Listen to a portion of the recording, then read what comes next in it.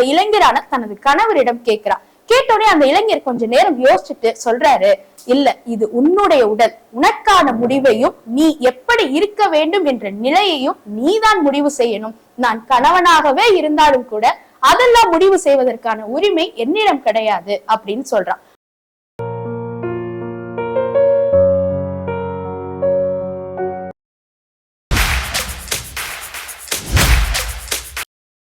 ஒரு பெண்ணினுடைய மனது இன்னொரு பெண்ணுக்கு தான் தெரியும் அப்படின்லாம் சொல்லுவாங்க. ஆனா இங்க நிறைய பேர் பேச போறோம் இந்த பெண்ணின் மனதை பற்றி. இந்த பெண்ணிற்கு என்ன தெரியும் அப்படின்னு சொல்வதற்காகவே புதுக்கோட்டையிலிருந்து வந்திருக்காங்க. ஒரு நிகழ்வு ஆரம்பிக்கணும்னா எப்பயுமே ஒரு மங்களகரமா சுபிக்ஷமா ஆரம்பிக்கணும்னு நம்ம சொல்லுவோம்ல, அப்படி இந்த கதையரங்கத்தை சுபிக்ஷாவுடைய ஆரம்பிக்கணும் அப்படின்ற ஒரு காரணத்தால இப்ப புதுக்கோட்டையிலிருந்து சுபிக்ஷா அவர்கள் தான் வாசித்த கதைகள் என்ன, தன்னுடைய வாழ்க்கையில் எந்த வகையில் தன்னுடைய மனதை பாதித்த கதைகள் என்னென்ன அப்படின்னு சொல்றதுக்காகவும், எதற்காக இந்த கதையாடல் நிகழ்வை தேர்ந்தெடுத்தோம், இந்த தருணத்துல இந்த மேடையில சுபிக்ஷா அவர்களின் மனதை பதிந்த அந்த கதைகளை பற்றி இன்னைக்கு நம்மளோட பகிர்ந்துக்க போறாங்க. சுபிக்ஷா, எங்கிருந்து வந்தீங்க? வணக்கம் சார், புதுக்கோட்டையில இருந்து வந்திருக்கோம். உங்களை நிறைய இன்ஸ்பிரேஷனா இருந்திருக்கீங்க. உங்களை புதுக்கோட்டை புக் ஸ்டால்ல தூரத்துல இருந்து பார்க்கும் போது ஒரு போட்டோக்காண்டி நின்று வெயிட் பண்ணி போட்டோவா எடுத்துட்டேன். ஆனா அதையும் தாண்டி இன்னைக்கு இப்படி உங்களோட ஒரு மேடையில உட்கார்ந்து பேசுறது மனதிற்கு ரொம்ப மகிழ்ச்சி. ஒரு நிமிட கதையை இவ்வளவு சுலபமா எல்லாருக்கும் புரியுற மாதிரி, எல்லார் மனசுலயும் நிக்கிற மாதிரி அவ்வளவு அழகா சொல்லுவீங்க. அது ரொம்பவே சந்தோஷம். ரொம்ப சந்தோஷம், ரொம்ப சந்தோஷம். அதாவது இந்த வாசிப்பு என்ன பண்ணும்னா, நீங்க வியந்த மாதிரி நான் நிறைய மனிதர்களை பார்த்து வியந்திருக்கோம். இப்படி இந்த மனிதர் எப்படி இப்படி பேசுறாங்க வியந்திருப்போம். இந்த வாசிப்பு என்ன பண்ணும்னா நமக்கான சிறகுகளை கொடுக்கும். இந்த சிறகுகள் நம்மளை வானத்துக்கு அழைச்சிட்டு போகும். இந்த வாசிப்புன்ற உலகத்துக்குள்ள வந்துட்டா எல்லா மனிதர்களுமே அந்த உலகத்துல தானே இருக்காங்க. இந்த தலைமுறையில் இருக்கக்கூடிய அத்தனை வாசிப்பாளர்கள் எல்லாமே ஒரு உலகத்துலதான் இருக்காங்க. இப்ப நீங்க புத்தகங்களை கையில் எடுக்கும்போது அந்த புத்தகங்கள் உங்களுக்கான சிறகுகளை கொடுத்து உங்களுக்கு பிடித்த மனிதர்களை அறிமுகப்படுத்திடும். அப்படியாக உங்களை சந்திச்சதுல எங்களுக்கு ரொம்ப மகிழ்ச்சி. இந்த தலைமுறையினர்ல இவ்வளவு தூரம் வாசிக்கணும்னு நினைச்சதுல ஒரு பெரிய மகிழ்ச்சி. சிறப்பு சிறப்பு சிறப்பு. உங்களோட யார் வந்திருக்காங்க? அப்பா வந்திருக்காங்க. அப்பா வந்திருக்காங்க. அருமை. இன்னைக்கு என்ன கதைகள் சொல்ல போறீங்க? இன்னைக்கு பெண் மனம் எப்படி எல்லாம் மாறிட்டு இருக்கு, ஏன் பெண்களை புரிஞ்சுக்கிறது இல்ல, பெண் எல்லாம் புரியாதுப்பா அப்படின்னு சொல்ற உலகத்துல இல்ல, கண்டிப்பா நம்ம பெண்கள் மனதையும் புரிஞ்சுக்கலாம். எப்ப அப்படின்னா அவங்களுக்கான விருப்பங்களை நம்ம நிறைவேற்றும் போது, அவங்களுக்கான சுய மரியாதையை நம்ம கொடுக்கும் போது, அவங்களுக்கான தேவைகளை அவங்களே செஞ்சுக்கும் போது, அவங்களை எந்தவித பழி சொல்லுக்கும் ஆளாக்காம அவங்களை பாராட்டி அவங்களை ஒவ்வொரு படியா ஏத்தி கொண்டு வர வேண்டிய ஒவ்வொரு பொறுப்புலையும் ஒரு ஆண் இருக்காரு. அதனால ஆண்களும் சரி பெண்களும் சரி சமம் தான். ஆனா என்னைக்குமே பெண்கள் மனதை புரிஞ்சுக்க முடியாதுன்னா இல்ல, கண்டிப்பா புரிஞ்சுக்க முடியும். அதற்கான முயற்சிகளும் ஆண்கள் எடுக்க வேண்டும். ஒரு பெண்ணினுடைய மனதை புரிந்து கொள்வதற்கு அவங்களுடைய ஆழத்தில் என்ன இருக்கு அப்படின்னு சொல்வதற்காக சுபிக்ஷா அவர்கள். அனைவருக்கும் வணக்கம். என் பேர் சுபிக்ஷா, புதுக்கோட்டை மாவட்டத்துல இருந்து வந்திருக்கேன். இன்னைக்கு ஒரு அழகான கதை கேட்க போறீங்க. பெண் மனம் எப்படி இருக்கணும் அப்படின்னு சொல்லிட்டு. ஒரு பெண் மனம் என்னதான்ப்பா செய்யணும், என்ன செஞ்சா சந்தோஷமாகும் அப்படின்னு நினைக்கிற ஆனா, ஒரு பெண்ணுக்கு நமக்கு என்னதான் வேணும், நம்ம எப்ப நிம்மதியா வாழ்வோம் அப்படின்னு நினைக்கிற பெண்ணா? வாங்க கதைக்குள்ள போலாம். இது உங்களுக்கான கதை தான். நான் உங்கள் புதுகை சுபிக்ஷா. நிமிர்ந்த நன்னடை, நேர்கொண்ட பார்வை, நிலத்தில் யாருக்கும் அஞ்சாத நெறிகளும் திமிர்ந்த நாணச்செருக்கும் இருப்பதால் செம்மை மாதர் திரும்புவதில்லையாம். அமிழ்ந்த பேரருள் அமைதியின்றி அவளமேதி கலையின்றி வாழ்வதை உமிழ்ந்து தள்ளுவது பெண்ணறமாகுமாம். இப்படி சிறப்பா பெண் குணத்தை பத்தி பார்த்தோம். இப்ப வாங்க பெண்கள் மனம் பத்தி பார்க்கலாம். ஒரு அழகான காடு, அதுக்கு பக்கத்துல ஒரு மலைப்பகுதி. மகேந்திரகிரி மலைப்பகுதிக்கு கீழே ஒரு ராஜா சிறப்பும் செல்வத்தோடையும் அவரோட நாட்டை ஆண்டுட்டு வந்தார். தனது மக்களுக்கு எந்த ஒரு சின்ன குறை இருந்தா கூட அதை உடனே நிவர்த்தி செய்யணும். என்ன பிரச்சனை இருந்தாலும் மனு வாங்கிட்டு மக்களை சரி பண்ணணும் அப்படின்னு ஒவ்வொரு நாளும் அவர் நினைச்சிட்டே இருந்தார். இப்படி தனது மக்களையே சிறப்பா பாத்துக்கணும்னு நினைக்கிறவரு தனது மனைவியையும் தனது மகள்களையும் சிறப்பாக பார்க்கணும் அப்படின்னு நினைக்க மாட்டாரா? அப்படி இருக்கும் போதுதான் அவர் நினைச்சிருக்காரு, நம்ம எல்லாமே செஞ்சிருக்கோமே, ஆனா நம்மளோட மகளும் நம்மளோட மனைவியும் ஏன் சந்தோஷமா இல்ல அப்படின்னு அவருக்கு ஒவ்வொரு நாளும் கேள்வி வருது. அப்படி ஒவ்வொரு நாளும் அவருக்கு அந்த கேள்வி வரும்போதெல்லாம் அவர் என்ன பண்றாரு அப்படின்னா, தனது நாட்டு மக்களை கூப்பிட்டு ஒரு தடவை கேட்கிறார், என்னதான்ப்பா செஞ்சா இந்த பெண் மனம் சந்தோஷம் அடையும்? அப்ப ஒவ்வொருத்தரும் ஒவ்வொன்னு சொல்றாங்க. ஆடைகள் கொடுங்க, ஆபரணங்கள் கொடுங்க, பெண்கள் மனம் அவ்வளவு சந்தோஷமாகும் அப்படின்னு சொல்றாங்க. ராஜா அதையும் சரின்னு கேட்டு நிறைய தங்க காசுகள், ஆபரணங்கள், விலை உயர்ந்த ஆடைகள்னு ஒவ்வொன்றும் தனது இரு மகளுக்கும் மனைவிக்கும் பார்த்து பார்த்து செய்யறார். வெளிநாடுகள்ல இருந்து கூட கொண்டு வந்து இறக்குமதி செய்கிறார். ஆனாலும் அவரால் எந்த மாற்றத்தையும் பார்க்க முடியல. ஏன் இந்த பெண்கள், ஏன் நமது மனைவியும் மகளும் சந்தோஷமாவே இல்லை அப்படின்னு திரும்ப திரும்ப அவருக்குள்ள அந்த கேள்வி வருது. அவர் ஒரு நாள் அறிவிக்கிறார், இந்த ஊர்லயே யார் இதற்கான பதில் சொல்றாங்களோ அவங்களுக்கு பொற்காசுகள் கூட தரேன். ஆனாலும் அவருக்கு சரியான விடையே கிடைக்கல. இப்படி பல நாட்கள் ஊருக்குள்ளே திரிந்த அவர் ஒரு நாள் ஒரு ஆசாமி வந்து சொல்கிறார், நீ ஏன் ஊர் மக்கள் கிட்ட மட்டுமே இந்த கேள்வியை கேட்டுட்டு இருக்க? காட்டுக்குள் போய் பார்த்தேன்னா ஒரு பெண் இருக்கா. அவ யார் அப்படின்னா இந்த சூனியக்காரி மந்திரவாதி பெண்ணுக்கு நிறைய யுக்திகள் தெரியும். அவளுக்கு கண்டிப்பா இதற்கான கேள்வியும் தெரியும். நீ அப்ப அவகிட்டயே போய் கேட்டு பாரு அப்படின்னு சொல்றார். அப்ப ராஜா யோசிக்கிறார், நம்ம போனோம்னா நம்ம திருப்பி பத்திரமா வருவோமா, நம்ம நாட்டு மக்கள் அதுவரை பத்திரமா இருப்பாங்கன்னா அப்படின்னு அவருக்குள்ள பல கேள்விகள் எழுது.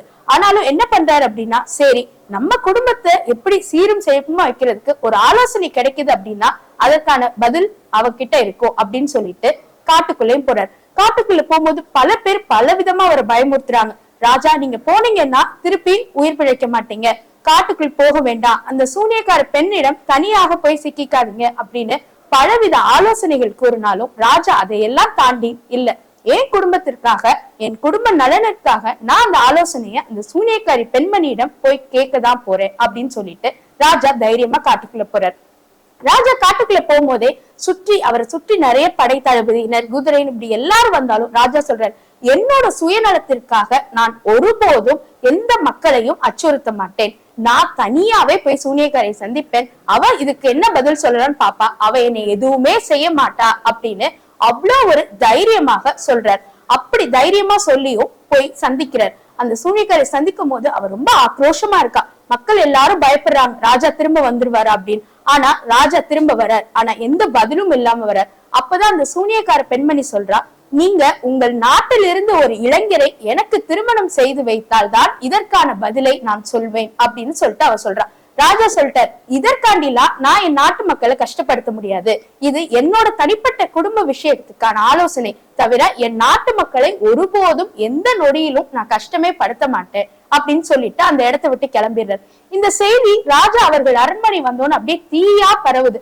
ஒவ்வொரு இடத்துக்கும் எப்போ அந்த சூனியக்காரி பதில் சொல்லுவா, இளைஞர் திருமணம் செய்தாதான், அதுவும் இந்த ஊர் இளைஞர் அவளை திருமணம் செய்தால்தான் பதில் சொல்வாளாம் அப்படின்னு சொல்லிட்டு இருந்தான். அப்போ ராஜா மீது தீரா பற்று கொண்ட ஒரு இளைஞர் வந்து சொல்றார், நான் திருமணம் செய்துக்கிறேன் ராஜா, உங்க மீது எனக்கு அதிக பற்று இருக்கு, இந்த கேள்விக்கான பதில் உங்களுக்கு கண்டிப்பா கிடைக்கும், நான் திருமணம் செஞ்சேன். ராஜா எவ்வளவோ எடுத்து சொல்றார், இதெல்லாம் தவறுப்பா, இதெல்லாம் வேண்டாம், நீ நம் நாட்டிற்காக நம் நாட்டில் மட்டுமே இரு அப்படின்னு சொல்றார். ஆனா அதையும் மீறி ராஜாக்காக அவர் திருமணமும் செஞ்சுக்கிறார். அந்த இரவு அந்த இளைஞனும் சூனியக்காரியிடம் கேட்ட முதல் கேள்வி அதான். ராஜா கேட்ட கேள்விக்கான பதில் தான் என்ன, பெண்கள் மனம் எப்போதுதான் சந்தோஷமும் நிம்மதியும் அடையும் அப்படின்னு போய் முதல்ல அந்த சூனியக்காரியிடம் கேட்கிறார். கேட்ட உடனே அந்த சூனியக்கார பெண்மணி ஒண்ணு சொல்றா, நல்லா கவனிச்சுக்கோங்க, பெண்கள் மனம் எப்போது நிம்மதியும் சந்தோஷமும் அடையும் அப்படின்னு பாத்தீங்கன்னா அவர்களை அவர்களாகவே இருக்க விடும் போதும், அவர்கள் முடிவுகளை எடுக்க விடும் போதும், அவர்கள் தேவைகளை சுய விருப்பங்களை நிறைவேற்றும் போதுதான் பெண்கள் மனம் சந்தோஷமாக இருக்கும் அப்படின்னு சொல்றார். இது அந்த ராஜா காதுல அடுத்த நாள் காலையில் போய் கேக்குது. போய் கேட்டோடனே ராஜா ஒரு முடிவு பண்றார், இவ்வளவு நாள் நம்ம மகாராணியையோ 2 மகள்களையும் சந்தோஷமா வச்சிருக்கோம் அப்படின்னு நினைச்சோம். ஆனா ஒரு பொழுதும் அவங்களுக்கு என்ன தேவை, அவங்களுக்கு என்ன பிடிக்கும், அவங்க மனம் எதை விரும்புது அப்படிங்கறத நம்ம யோசிக்கவே இல்லை. இப்போ இந்த காலத்துல கூட பெண்கள்னா பிங்க் கலர் தான்ப்பா பிடிக்கும், பெண்களுக்கு பார்பி பொம்மை தான் பிடிக்கும்னு அடிப்படையிலே பெற்றோர்களோ சொந்தக்காரங்களோ தீர்மானிச்சுட்டு போய் அதை வாங்கி கொடுத்துடுறாங்க. அப்படிலாம் கிடையாது. பெண்களுக்கும் மகிழ்ந்து ஓட்ட தெரியும், அவங்களாலையும் கார் ஓட்ட முடியும், ராயல் என்ஃபீல்டு ஓட்ட முடியும், அவங்களாலையும் எல்லாம் முடியுங்கிறத அவங்களுக்கு சிறு வயதுல இருந்தே நம்ம மனசுல புகுத்தணும். அப்படி அந்த ராஜா அவரோட தவற அன்னைக்கு முதல்ல உணர்ந்தார். ராஜா தவற உணர்ந்த பிறகு இளைஞர் இரவு வீட்டுக்கு போறான். வீட்டிற்கு போனா அந்த பெண் சூனியக்காரியை திருமணம் செஞ்சிருக்கோம், ஆனா இவ்வளவு அழகான பெண் நம்ம அறையில் இருக்கிறாளே, நீ யார் அப்படின்னு கேட்ட போதுதான் அவ சொல்றா, எனக்கு ஒரு சாப விமோச்சனம் இருந்தது, எந்த ஒரு இளைஞர் என்னை சுயமாக முடிவெடுக்க விடுகிறாரோ அப்பொழுது அது களையும், அது உங்களுக்கான ஒரு கேள்வி அப்படின்னு சொல்லிட்டு கேக்குறா. நான் 12 மணி நேரம் சூனியக்காரியாகவும் 12 மணி நேரம் என்னோட நிஜ அழகிய தோற்றத்துல இருப்பேன். இப்போ பகல்ல அப்படி இருக்கவா, இரவுல இப்படி இருக்கவா, நீங்களே முடிவு பண்ணி சொல்லுங்கன்னு அந்த இளைஞரான தனது கணவரிடம் கேட்கிறா.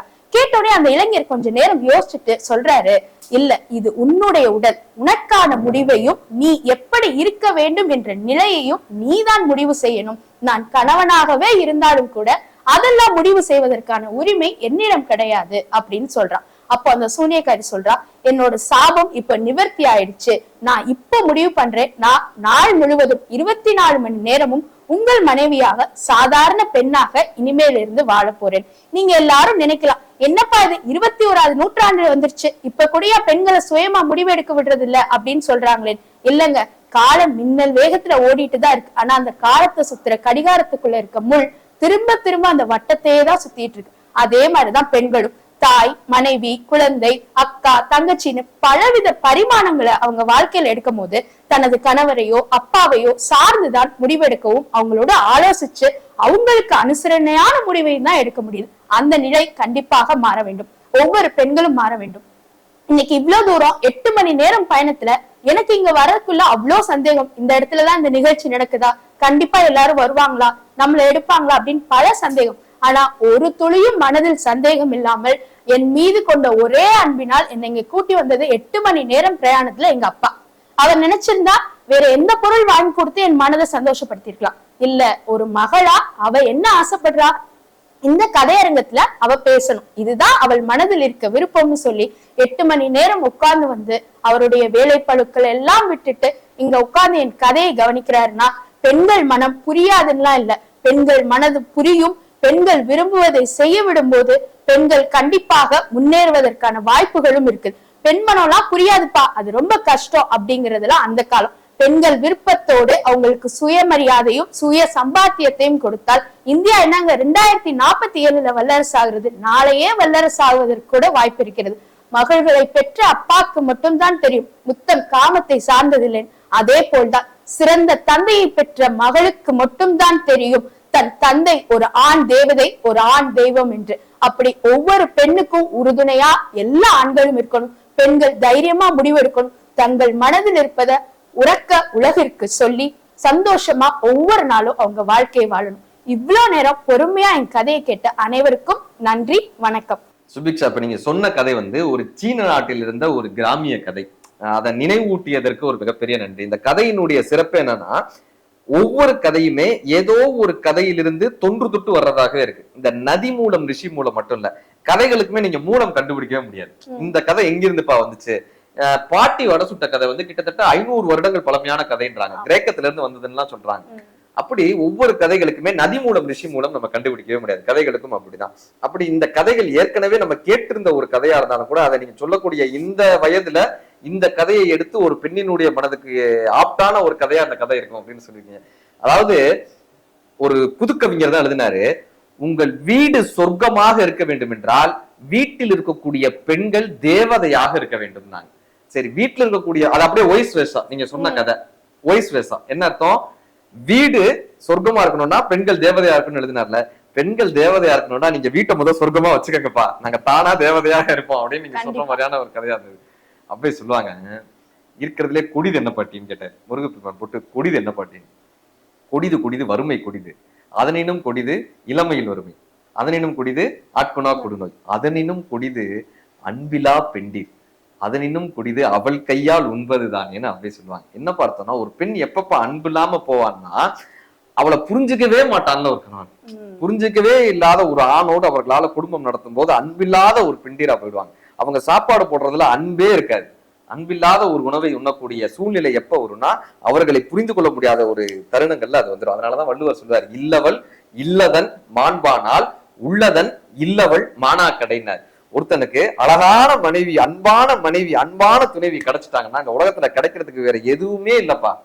அப்படி ஒருத்தனுக்கு எதுவுமே கிடைக்கலன்னா, அப்படி ஒரு அன்பான மனைவி கிடைக்கலன்னா எவ்வளவு பெரிய கோடீஸ்வரனா இருந்தாலும் பிரயோஜனமே இல்லப்பா அப்படின்னு. அப்படி ஒரு தேவதையாக ஒரு பெண் இருப்பதும், சூனியக்கார கிழவியாக ஒரு பெண், சூனியக்காரர்களா இருப்பதும் ஒரு ஆணினுடைய கைகளில் அல்லது அந்த பெண்ணை கையாளுபவர்களினுடைய கைகளில் இருக்கிறதுன்றத நினைவூட்டிய அந்த கதைக்கு ரொம்ப ரொம்ப நன்றி.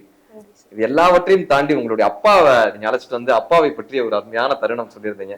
அதாவது ஒரு பெண்ணுக்கு எத்தனையோ கதாநாயகர்களை பிடித்திருந்தாலும் கூட அந்த பெண்ணுக்கு ஆகச்சிறந்த பிடித்த முதல் கதாநாயகன்னா அது அப்பாக்கள் மட்டும்தான் இல்ல.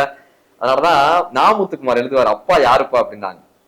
ஒரு அப்பாவால மட்டும்தான் ஒரு பருத்த பறவையினுடைய சிறகை போல வானத்தில் பறப்பதற்கு கற்றுக் கொடுக்க அப்பாவாலதான் முடியும். ஒரு பெரிய மரத்தினுடைய வேர்களை போல் பூமியில் ஊன்றி நிற்பதற்கு அப்பாவாலதான் முடியும். எங்க ஊர்ல மதுரையில மீனாட்சி அம்மன் கோயில் திருவிழா நடத்துவாங்க. இந்த மீனாட்சி அம்மன் கோயில் திருவிழாவில் அழகர் ஆத்துல இறங்குறதுன்னு ஒரு வைபவம் நடக்கும். இந்த அழகர் ஆத்துல இறங்குறப்ப என்ன பண்ணுவாங்கன்னா, பெண்கள்லாம் குழந்தைகளை, உங்க மாதிரி சின்ன பிள்ளைகள் என்ன பண்ணுவாங்கன்னா, குழந்தைகளா இருப்பாங்கல்ல, பெண் குழந்தைகளை அவங்களை வந்து இடுப்புல தூக்குவாங்க. இடுப்புல தூக்கி எங்க பாருப்பா அழகர் வராரு அப்படி காட்டுவாங்க குழந்தைங்களை. அப்பா என்ன பண்ணுவாருன்னா, பெண் குழந்தைகளை தோல்ல தூக்குவாரு.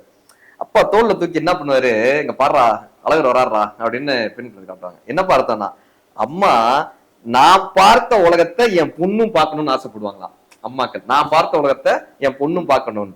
அப்பாக்கள் தான் பார்க்காத உலகத்தையும் என் பொண்ணு பார்க்கணும்னு தன்னை விட தன்னுடைய பெண்ணை உயர்த்தி வச்சு காட்டுவாராம் அப்பாக்கள். அப்படி உங்களை வந்து உயர்த்தி வச்சு என் பொண்ணு பாருப்பா, போய் ஒரு மீடியால பேச போறாங்கப்பா, ஒரு இணையதளத்துல பேச போறாங்கப்பான்னு அவருடைய அந்த கண்களில் இருக்கக்கூடிய பெருமிதத்தை பார்க்கும்போதே ஒரு மிகப்பெரிய ஒரு சந்தோஷம். ஏன்னா வள்ளுவர் கூட ஒரு இடத்துல என்ன சொல்லிட்டாரு, ஈன்ற பொழுதில் தன் மகன் சான்றோர் என கேட்ட தாய். அப்ப எல்லாரும் கேட்டாங்க, அது என்ன மகன் சான்றோன் மகள் சான்றோன்னா கேட்க மாட்டாங்களா? ஒரு கேள்வி வருது இல்ல, அது என்ன மகனை சான்றோன் என்ன கேட்ட தாய்? மகள் சான்றோன் ஆகக்கூடாதா? மகள் ஒரு செலிபிரிட்டி ஆகக்கூடாதா? மகள் ஒரு தன்னுடைய கருத்தை சொல்லக்கூடிய ஆளாக மாறக்கூடாதா? அது ஏன் மகள் சான்றோன் ஆகக்கூடாதான்னு ஒரு கேள்வி வருது இல்ல. இந்த கேள்விக்கு யாரா பதில் அளிச்சார்னா, எங்க அப்பா பாரதி தான் பதில் அளிச்சாரு. ஓடி வருகையிலே உள்ளம் குளிர்தடி, பாடி திரிதல் கண்டால் உன்னை போய் ஆவி தழுவுதடி, உச்சிதனை முகர்ந்தால் கர்ப்பம் ஓங்கி வளருதடி, மெச்சி உன்னை ஊரார் புகழ்ந்தால் என் மேனி சிலுக்குதடின்னு எழுதினார். அப்படி புகழ்ந்தா அவரை பார்க்கறதே சந்தோஷம்டா, உன்னை கேட்கறது சந்தோஷம்டா, ஓடி வர்றதுல இதை ஒரு வடி நாமுத்துக்குமார் மிஞ்சினார். ஆனந்த யாழை மீட்டுகிறாள், நெஞ்சில் வண்ணம் தீட்டுகிறாள், அன்பெனும் குடையை நீட்டுகிறாள், அதில் 1000 மலைத்துளி கூட்டுகிறாள் எழுதினார். இந்த அப்பாக்களுக்கு மட்டும்தான் தன்னுடைய குழந்தை, தன்னுடைய மகள் எங்க போய் எதிர்பார்ப்புமே சந்தோஷப்படுவாங்க. ஆண் குழந்தைகள் ஒரு குடும்பத்தின் வாரிசாக இருக்கலாம், பெண் குழந்தைகள் தான் ஒரு குடும்பத்தினுடைய பரிசா இருக்க முடியும். உங்களுக்கு கடவுளின் அருள் இருந்தால் ஆண் குழந்தை பிறக்கும், கடவுளே வந்து பிறக்க வேண்டும் என்றால் அது பெண் குழந்தையாகத்தான் இருக்கும்னு ஒரு புது கவிஞர் எழுதினார். நான் எழுதின மகளை பற்றிய கவிதையில ஒரு அப்பா சொன்ன கவிதையா, மகள் பிறந்தாள் நான் தந்தையானேன், மகள் மலர்ந்தாள் நான் மனிதனானேன், மகள் மணந்தால் நான் துறவியானேன். கொடுத்துட்டோம்ல, மகள் மணந்தால் துறவியானேன், நான் இறந்தால் என்னை மகள் சுமந்தால் நான் முழுமையாவேன். அப்படி மகள்களை பெற்ற அப்பாக்கள் எல்லோரும் ஒரு சிறகு முளைக்காத தேவதைகள். அப்படியாக சுபிக்ஷாவினுடைய அப்பா இந்த நேரத்துல தன்னுடைய மகளினுடைய இந்த கதையாடல் நிகழ்வுக்கு வந்ததற்காக அவருக்குமே எங்களுடைய மனமார்ந்த நன்றி. அண்டங்காக்காய் குடும்பத்தின் சார்பாக அவருக்குமே எங்களுடைய மனமார்ந்த நன்றி சார். இன்னும் உங்களுடைய மகள் வந்து மேலும் மேலும் மேலும் மேலும் பல வெற்றிகளை அடையணும். நிறைய கதையாடல்கள்ல வந்து கலந்துக்கங்க, நிறைய வாசிங்க. உங்க அப்பாவினுடைய அடையாளமாக சுபிக்ஷா வந்து நிற்கணும். வாழ்த்துக்கள். தன்னுடைய தன்மானத்துக்கு ஒரு இழுக்கு வருதுன்னு உடனே அங்க வறுமையை மறந்து தன்மானத்தை காப்பாத்துறதுக்காக இவங்க குரல் இப்ப உயருது.